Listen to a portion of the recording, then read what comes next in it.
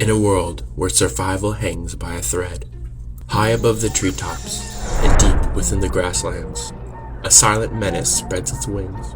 Not a predator with claws, but a microscopic terror, hitching a ride on the wind, on water, and through the veins of the innocent. This is the avian flu. But the flu did not stop at the skies. It made its way down to the domain of the beasts. They were never meant to meet, one born to soar, the other to stalk, one carried on the wind, the other forged in tooth and flame. But in the unnatural world of captivity, fate twisted the rules. The avian flu, once a distant threat to birds in marshes and skies, has found its way into cages of steel and concrete, into the lungs of beasts who never knew flight. It began with a cough, a flicker of fever behind ancient eyes, then silence, then death. What was once thought impossible has become undeniable. The hunters are now the hunted, and the virus does not care for stripes, for size, for legend. This is not just a story of tigers. It is a story of the threads that bind us all, of how a whisper in the wild became a roar behind bars. This is Wings of Infection, the hidden danger of the avian flu.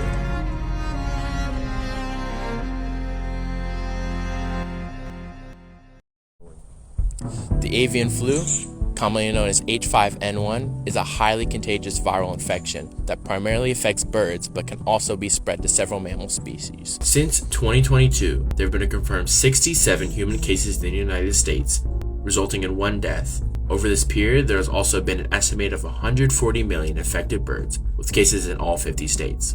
Today, we are here at Noah's Ark Animal Sanctuary, located in Locust Grove, Georgia, a non-profit dedicated to providing a home for injured, abused, and orphaned animals. Noah's Ark was also home to an avian flu outbreak back in August of 2022, which resulted in the death of over 700 native vultures. While the avian flu is known for its effects on poultry and human health, recent outbreaks have raised alarms about its impact on other animals in captivity, including large cats, like the ones housed here at Noah's Ark. This is Gabby, a 12-year-old Bengal tiger who's lived at Noah's Ark for nearly all of her life. Gabby here eats 16 pounds of meat daily, primarily chicken, the primary carrier of avian flu. Zoos and wildlife sanctuaries like Noah's Ark have reported cases of tigers, lions, and other big cats falling ill and dying after consuming infected birds or coming into contact with contaminated environments.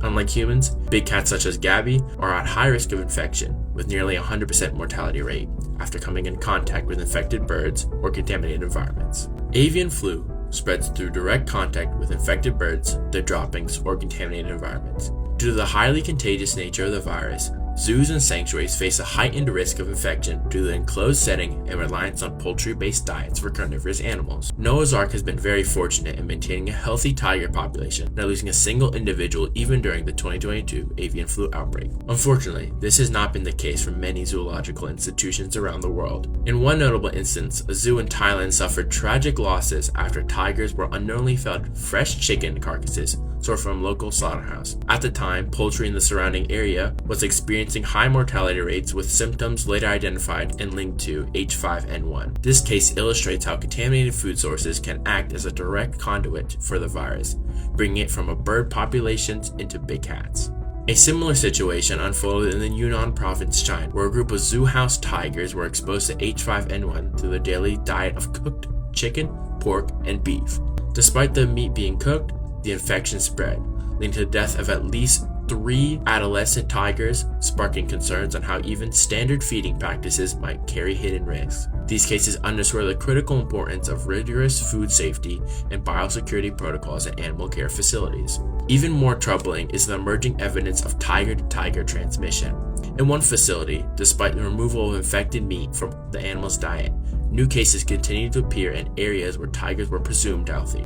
The appearance of additional sick animals, especially in separate enclosures, pointed to the possibility of secondary transmission between tigers and themselves.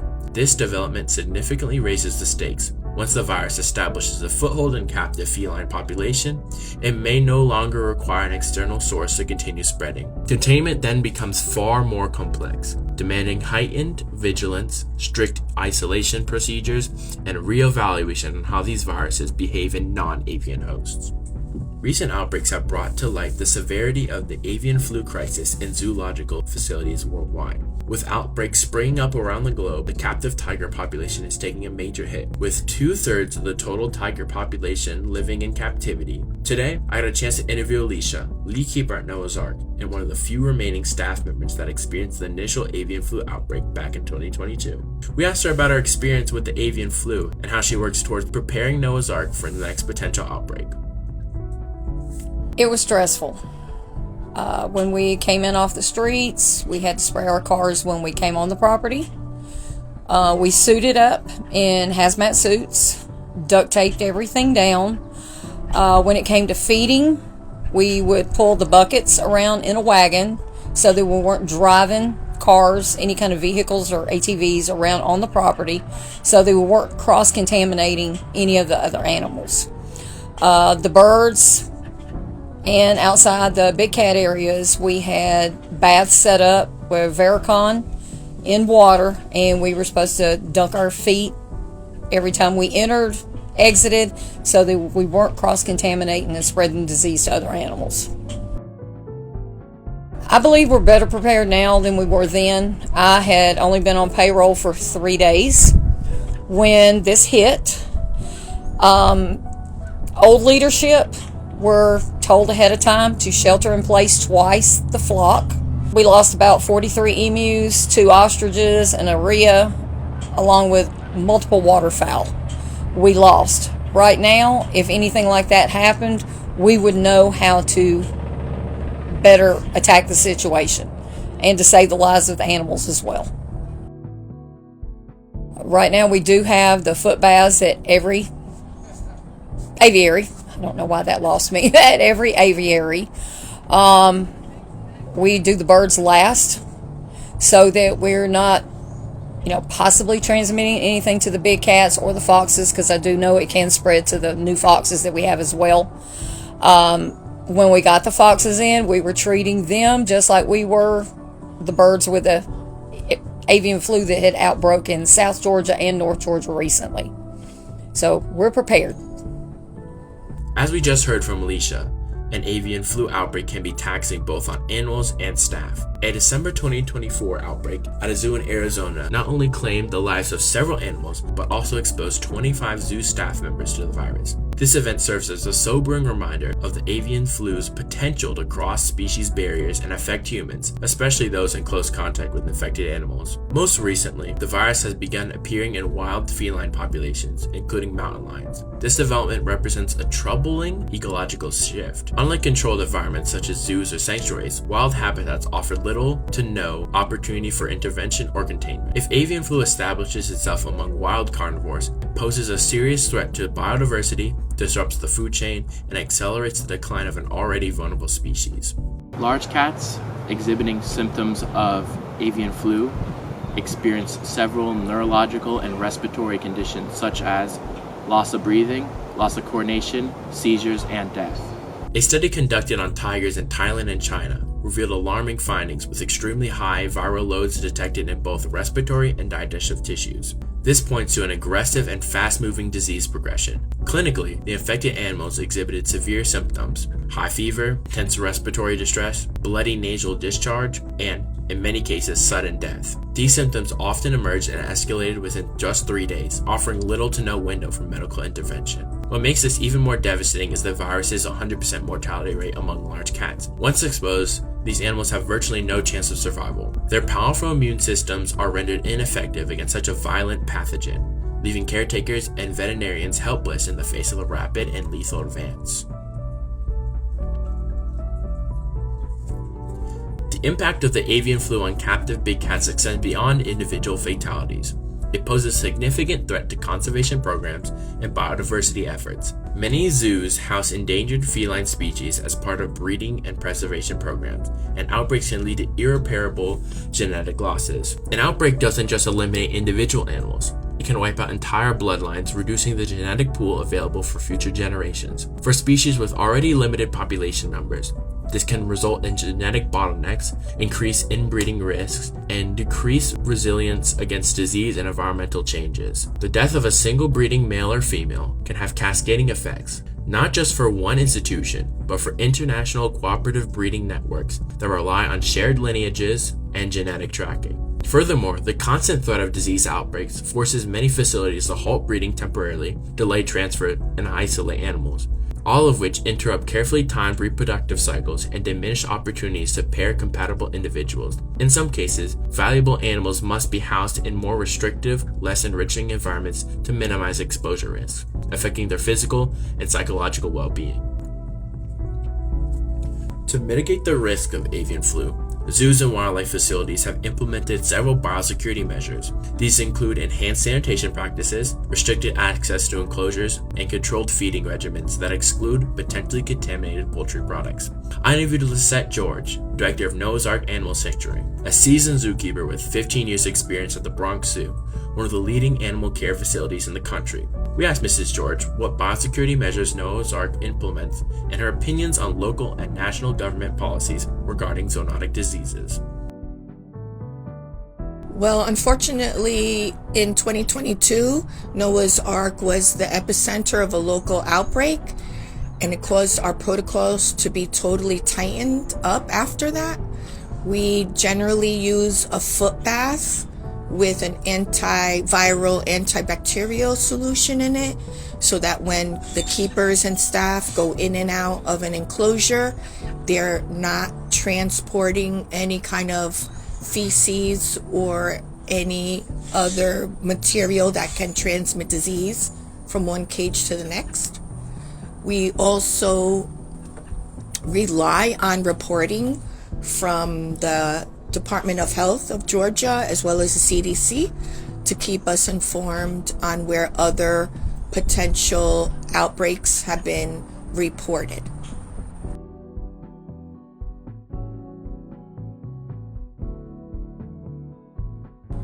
Currently, the USDA is our official guideline. However, we take steps a little bit more intensively to take care of our collection. We maintain communication with other animal institutions.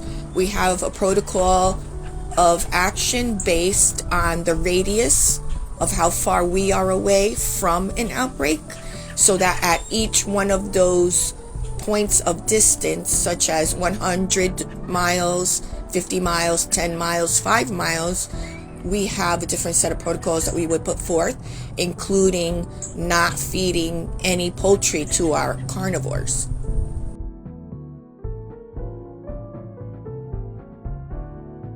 Our biosecurity has already been affected by all the changes that this current administration has done.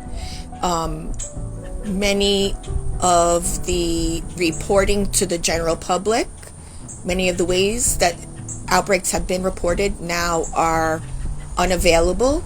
We are unavailable to get direct responses from local health officials stating that there is an outbreak somewhere in Georgia or a neighboring county, as well as the CDC is unable to control the transmission between human and bird.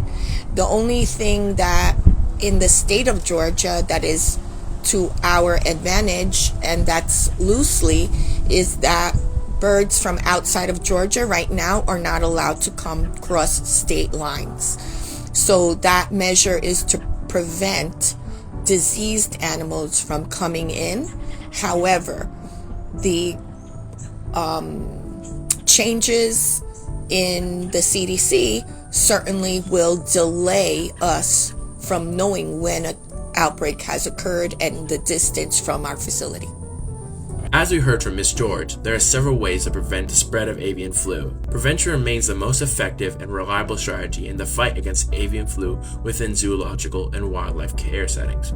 Unlike treatment, which often comes too little too late given the rapid progression and high mortality rate of the virus, preventative measures allow facilities to stay one step ahead, reducing the chances of infection before it can take hold. To achieve this, zoos and wildlife centers, like Noah's Ark, have implemented a comprehensive range of biosecurity protocols designed to address all possible avenues of transmission. By fortifying every potential point of entry, whether through people, materials, or diet, zoos are not only protecting their animals from immediate harm, but also preserving the integrity of long-term conservation initiatives. As avian flu continues to evolve and spread, biosecurity measures must also adapt in response. While recent changes in national policy and regulatory frameworks may present new challenges and potentially hinder rapid response efforts, zoological institutions and sanctuaries remain committed to safeguarding their collections. These facilities are continuously refining protocols, investing in staff training, and fostering collaboration across organizations to stay ahead of emerging threats. In an era where zoonotic diseases pose increasing risks to both wildlife and human health, the proactive efforts of these institutions serve as a vital lifeline of defense, not only for animals in their care, but for global biodiversity at large. Avian flu has emerged as a serious threat to large cats in captivity, with fatal outbreaks reported worldwide. The disease's rapid transmission, high mortality rate, and impact on conservation programs make it a pressing issue for zoos, veterinarians, and conservationists alike. While preventative measures and research efforts are ongoing, the unpredictable nature of the avian flu makes continued vigilance necessary to keep animals like Gabby here safe for years to come. Additionally, the death of genetically vulnerable individuals in breeding programs can set back decades of conservation work, particularly for endangered species like tigers, who are already vulnerable to viral diseases like the avian flu. These losses do not only diminish already dwindling populations, but go directly against zoos and sanctuaries' mission statements of providing homes and protecting species that face threats to their population outside of captivity. To address these multifaceted challenges, a coordinated global effort is required, one that prioritizes data sharing, collaboration, and investment into preventative veterinary research to ensure the long-term health and survival of both captive and wild feline populations.